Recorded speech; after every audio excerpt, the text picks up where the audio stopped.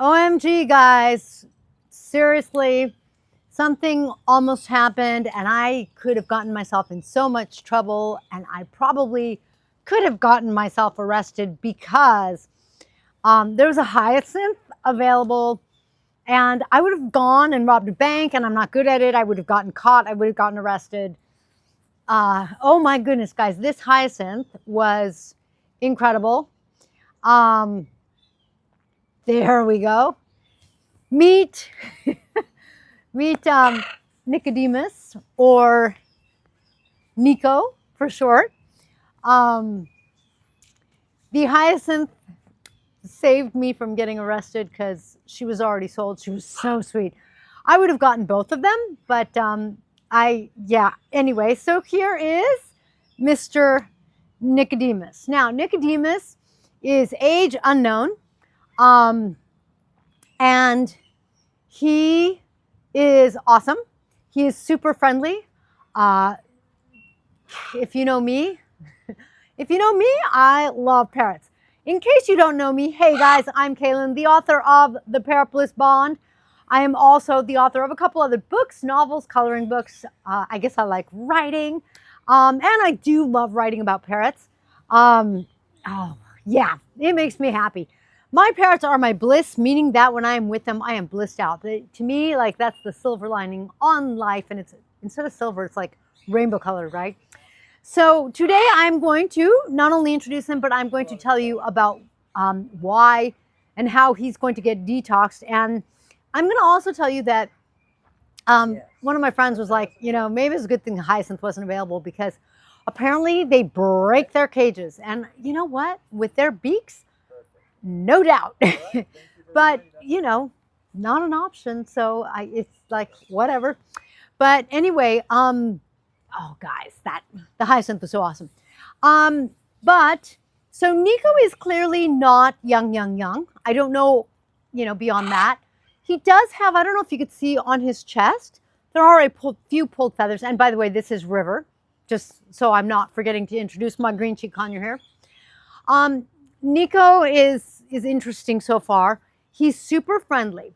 Now, that's wicked awesome, and I'm so thrilled. But I am looking at his poop, I'm looking at his eating habits, and I'm going to call my new vet, because if you watch my videos, my old phenomenal vet is now gone. She's helping build, she's taking care of the animals, but this huge zoo / sanctuary in India, so my old clinic is gone. So I have to see, I like to run a poop sample. So like, I don't necessarily take the bird in, but I really like to start with that, because they culture it and they see if there's anything wrong. And then if I decide I need to do an appointment, now the vet has like a window into what's going on. And, it's like if she were to look at the bird and say, it looks a little funny, and there's like an issue, right, in the culture, if there's an infection, they'd know why, right? Or if the poop sample comes back clean and they're looking at the birds, or, it just narrows things down. It's like, maybe it's just adjusting or whatever, But one of the things that I have found, which is one of the things I most want to talk to you about, is that when I bring a bird home, and I love doing rescues, so I bring rescues home, not all the time at all whatsoever, because my flock is so full. But when I bring a rescue home, or when I've been asked to pick up a rescue, or when someone asks me if I will take their bird, I often find that the bird needs to go through a detox. One thing that was really interesting is I mentioned that to Carrie when she came to visit me. Carrie, who is, I don't remember her title, guys, but she is Bird Gardens of Naples. Awesome rescue. If you want a parrot, go to Bird Gardens of Naples online, fill out an application, and then she's awesome. She's just awesome. She's non-judgmental. She's doing what's best for the bird. She's just awesome. But anyway, she said the same thing. She agreed with me. She said, yeah, I've noticed that too, that, when I get birds in, they go through a detox. So I am looking at Nico's poop, and so far it looks pretty good. I'll post a picture. Woohoo, good poop. You know, like this is one of the things that excites me because that means I have a healthy bird, or it's a very good indicator that I have a healthy bird. And like I said, I'm also looking at his eating habits. Fortunately, I've had birds like Nico who are nut eaters, which means that a certain percentage of their diet should be fat from nuts. So that means that if you give them pellets or a vegetable and fruit diet, and fruit might be okay for a bird this size, some fruit, but most fruit should be unripe, otherwise it's too sweet.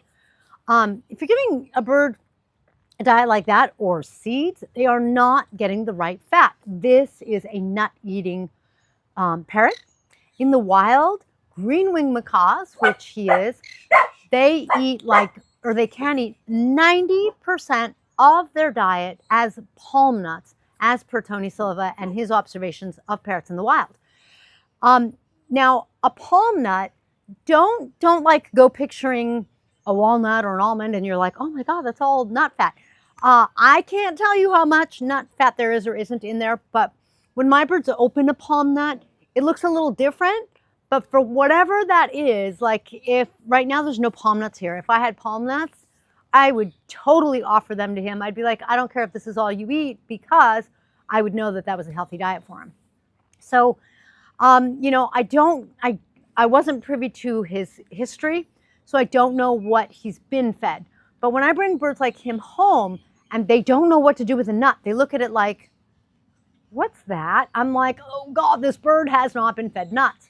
One thing that's really interesting is parrots do have an affinity for seeds and nuts, depending on the species, which means that when they're babies and you give them a seed when they are a conure or a nut when they are a larger bird, and when they're old enough, they just intuitively like look at it and they take it, and intuitively they like play with it, and it isn't long at all before they're cracking it open and they're eating it.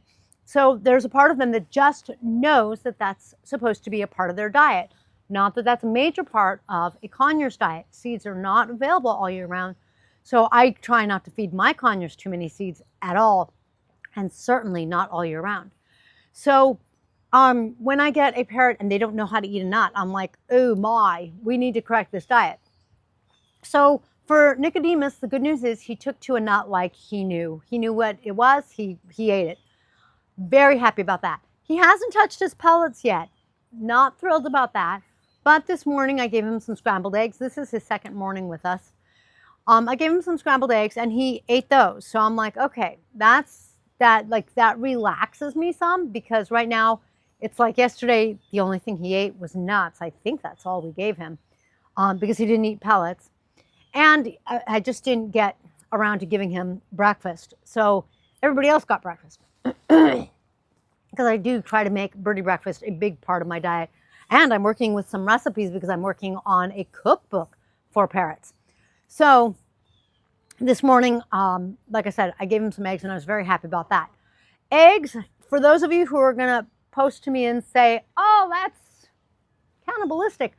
You know, in the wild, they would eat eggs if they find them. It is not cannibalistic. In the wild, you know, when they have babies, they will eat their own shells a lot of the time to sort of reclaim that calcium and that sort of thing. So it is actually super nutritious. Eggs have like everything in them that humans need, minus vitamin C. And I find that a lot of nutritional rules of thumb apply.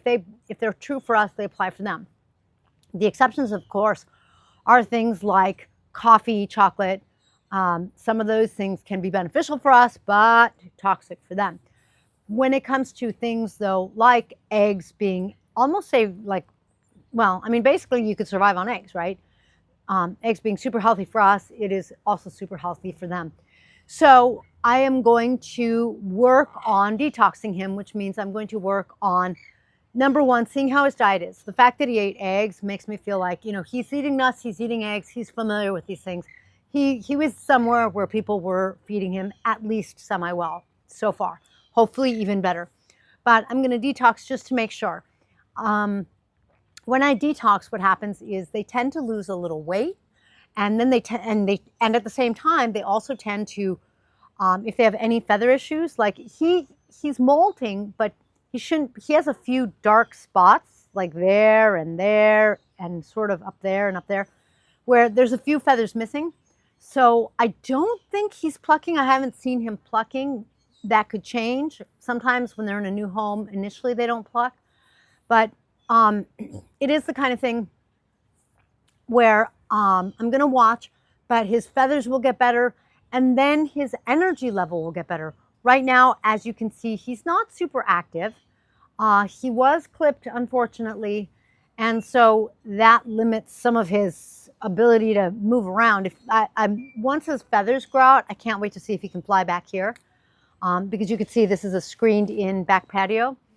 But he'll be more energetic, and I'm looking forward to that. I do plan, like I said, on doing something to kind of check on his health, because if he's old, then that would explain a lack of energy. If he doesn't feel good, that would explain a lack of energy. And then the third option is that he's adjusting to a lot of changes in a new home, and that would explain a lack of energy. So I'm gonna, keep observing and watch and see, do a detox to make sure that he's on a good, healthy diet, because my birds, guys, for me, my birds are like super important to me. I like taking really good care of them. And so the detoxing, it didn't start out that way. It's sort of just by accident, because when they come, I just transition them onto a nice and healthy diet. What I find is best for them, and I'm always trying to improve, raise my bar kind of thing with my diet for my parrots. So I'm so excited to welcome Nicodemus into my home. Of course, he's named after Father Christmas because it's so close to Christmas. Thank you guys for joining me in this blissful video. If you enjoyed Nico, River, and I, please be sure to give us one of these or share the video. If you have any questions or comments, please place them below. It helps our juice. And then if you haven't subscribed to my newsletter, please check out the link below. You can subscribe to it, where I'm getting ready to do the newsletter like today or tomorrow. And this time it is going to have a recipe from the cookbook I'm working on. All right, guys, Merry Christmas if you celebrate Christmas. Happy Hanukkah if that's your seasonal holiday. Happy Kwanzaa, or whatever you celebrate. Happy day. I like to call it Merry Birdmas, where I celebrate my birds. Thanks, guys. I'll catch you next time.